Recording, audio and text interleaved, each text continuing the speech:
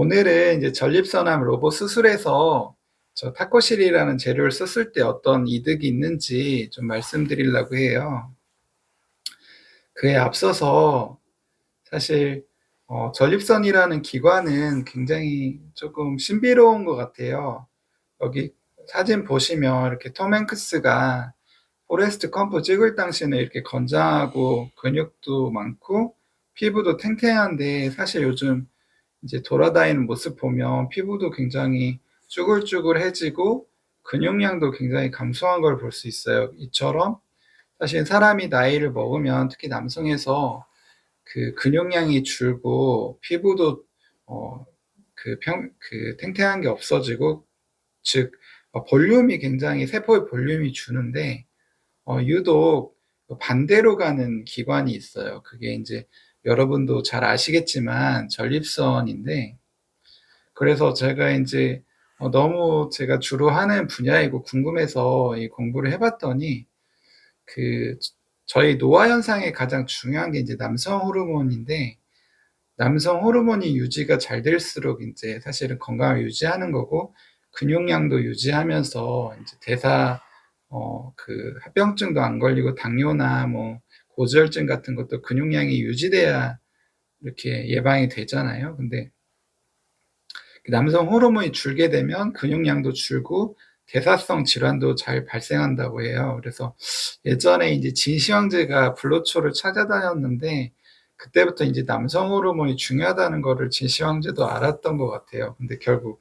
그 불로초를 못 구하고 죽었잖아요. 근데 요즘은 이제 남성 호르몬을 또 이게 주사요법도 있고, 특히 나테스토라는 이제 코에 뿌리는 그 남성 호르몬제도 나와 있잖아요. 그래서 사실은 이제 그걸 해결할 수 있는 방법인데, 어쨌든 남성 호르몬은 사실은 나이가 들수록 감소하고 그게 저희 건강에 이제 악영향을 미치는데, 특히 전립선에서 그 남성 호르몬이 적어지기 때문에 그거를 이제 몸에서 이용하기 위한 그 남성 호르몬도 이제 남성 호르몬 자체로 저희 인체에서 역할을 하는 것이 아니라 이제 수용체가 이제 결합을 하면서 인체에서 그 힘을 발휘할 텐데, 그 수용체가 이제 그 남성 호르몬을 받아들이는 수용체가 안드로젠 리셉터인데, 그러니까 안드로젠으로 영어로 그게 남성 호르몬이고, 리셉터가 이제 수용체인데, 그 남성 호르몬 수용체가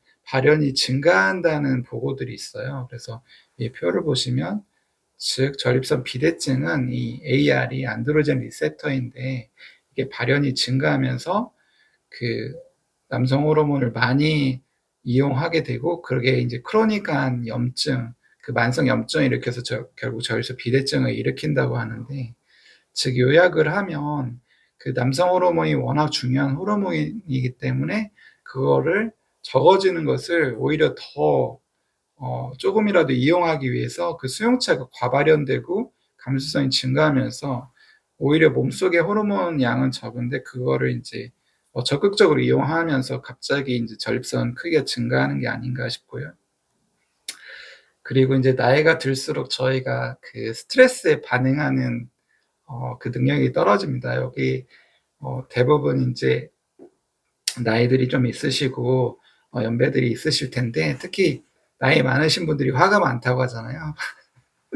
저도 사실 이게 나이가 한 살 한 살 먹어갈수록 환자들한테 화를 더 매년 더 내게 되고, 친절도가 많이 감소하면서 이제 제 성과에도 안 좋은 영향을 미치고 있는데, 이처럼 나이가 들어갈수록 저희가 어떤 스트레스에 대응하는 능력이 그 그, 그 몸속에 있는 이런 리셉터들이나 그 mRNA 발현이 변화하면서 사실은 자연스럽게 화가 많아진다고 그래요. 어쨌든 화가 많아지는 게 아니라 어떤 스트레스에 대처하는 능력이, 이런 게 이제 종합적으로 전립선 비대증이나 전립선 암을 일으키는 원인 같아요.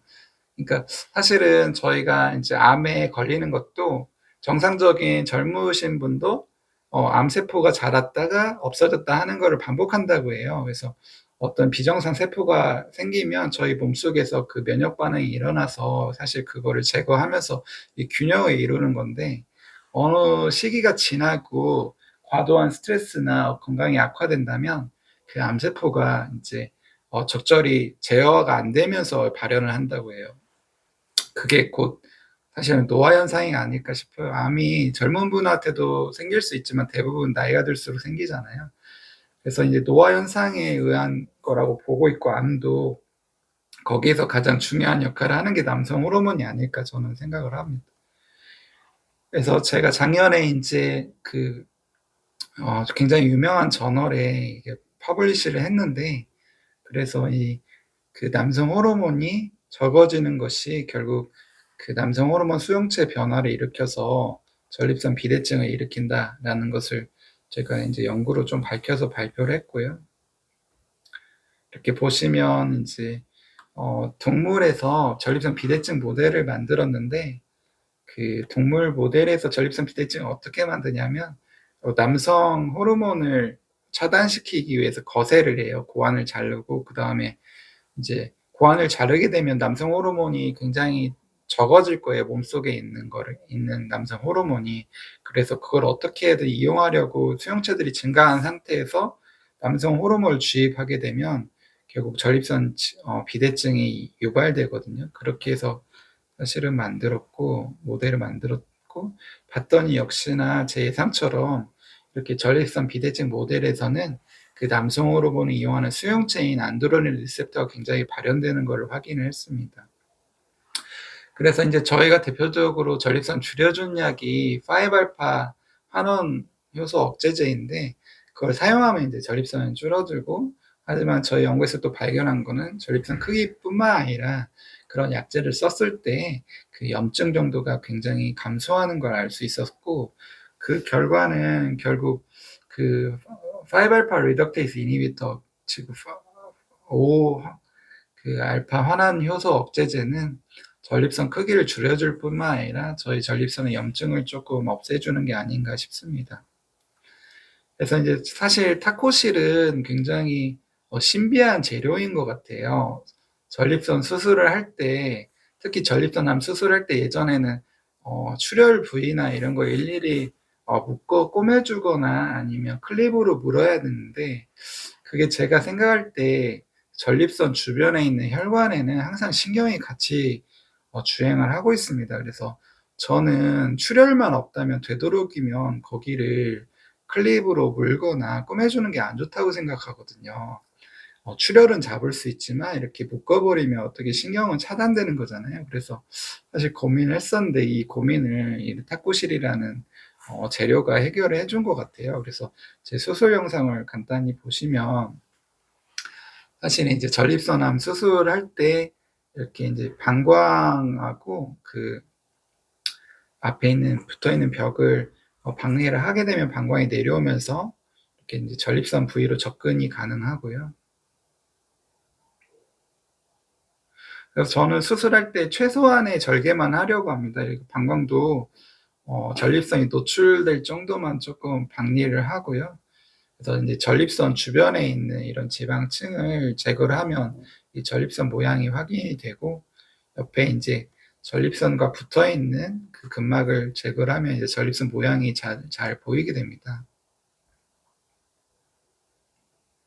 그래서 이렇게 보면 전립선 주변에 혈관이 지나가는 게 보이고, 그 혈관과 함께 신경이 같이 지나가는데, 그게 다 발기와 연관되어 있는 신경이거든요. 그래서 사실은 최대한 보존하는 게 좋고, 여기서도 이 환자 보면 굉장히 혈관이 잘 보이죠. 그래서 이제 노출을 시켜주고, 방광과 전립선 이음부를 이제 절개를 하면서 이제 접근을 하고 있고요. 최대한 방광 경부도 보존하는 게 나중에 요실금 회복에 좋다고 알려져 있습니다. 그래서 최대한 이제 방광을 보존하면서 절제를 하려고 하고요. 이제 방광과 이제 전립선 절제하게 되면 전립선 밑에 있는 이런 정낭과 정관을 확인할 수 있고, 여기는 대부분 이제 신경 다발이 있기 때문에 되도록이면 혈관 손상을 주지 않으려 하고 있고요. 그래서 클립으로 지져서 이걸 없애면 편하겠지만, 일부러 클립을 써서 신경에 열 손상이 안 가게 조금 하려고 하고 있고요. 이제 로봇 수술이기 때문에 10배로 확장돼서 이렇게 보이는 거지, 사실 개복 수술할 때는 이런 느낌이 안 나고, 저는 특히 이 클립이 나중에 녹는 클립을 좀 쓰고 있습니다. 나중에 녹으면 아무래도 신경 손상이 덜 하겠죠. 그리고 되도록이면 이제 신경을 보존하려고 이렇게 지지지 않고 잘라주고 있고, 근데 잘랐을 때 문제가 이제 주변에 혈관이 이제 남아있기 때문에 출혈이 문제가 될 수 있는데, 이걸 타코콤이라는 재료를 덮어주게 되면 출혈이 훨씬 감소하는 것 같아요. 특히 이 도살베인 컴플렉스라고 해서 그 전립선 위쪽에 지나가는 이제 정맥총이 있는데, 이것도 고식적으로는 예전엔 다 꾸며줬거든요. 근데 저는 이 타코콤을 이용함으로써 이거 일부러 꾸며주지 않아도 되는 그 유리함을 얻은 것 같습니다. 환자 결과도 더 좋은 것 같고요. 그래서 저는 이게 루틴으로 이때 타코콤을 여기다가 어플라이 하고 있고, 그렇게 되면 더 사실은 지져주거나 그러지 않고 꾸며주지 않기 때문에 요도 길이도 더 확보가 되는 것 같아요. 그리고 아까 말씀드렸던 그 신경 다발에 이렇게 타코콤을 어플라이를 하면 나중에 이제 지혈이 되는 효과가 있습니다. 최근에 이제 또 양막이라는 재료도 나와서 양막을 이제 거기다 추가적으로 대주고 있기도 하고요. 그러면 신경 보존에 더 유리하다고 합니다. 그래서 이렇게 수술을 타코콤 덕분에 조금 더 요즘에 환자들 결과도 좋고 좀 편안하게 수술을 할 수 있는 것 같아요. 그래서 제가 이제 대표적으로 도살베인 컴플렉스에 어플라이 하는 거와 그 뉴로바스큘러 번들에 어플라이 하는 거, 대부분 아마 다른 선생님들도 이렇게 그 전립선에서 사용하지 않을까 싶습니다. 오늘 그래서 이게 사진을 보시면, 제가 그래도 사진을 또 찍어놨는데, 이렇게 시간이 지나면 바로 또 인체와 같은 모양을 보이고, 심지어는 요도를 이렇게 꼬맬 때 같이 꼬매지기도 합니다. 이게 거의 인체처럼. 그래서 사실은 이 타코콤을 저희 남성과학회에서는 또 페이로니 환자들한테도 많이 어플라이를 하는데, 1년 정도 지나면 이제 거의 본인의 인체 조직과 비슷하게 되더라고요. 초음파 팔로우를 해보면. 그래서 저도 이제 페이로니 기여되면 써보려고는 하고 있는데, 어쨌든 저는 전립선암에서 주로 유용하게 사용하고 있습니다. 어쨌든 제 강의가 도움이 됐으면 감사하겠고요. 모두 이렇게 PGA처럼 원활한 소변을 봤으면 좋겠습니다. 감사합니다.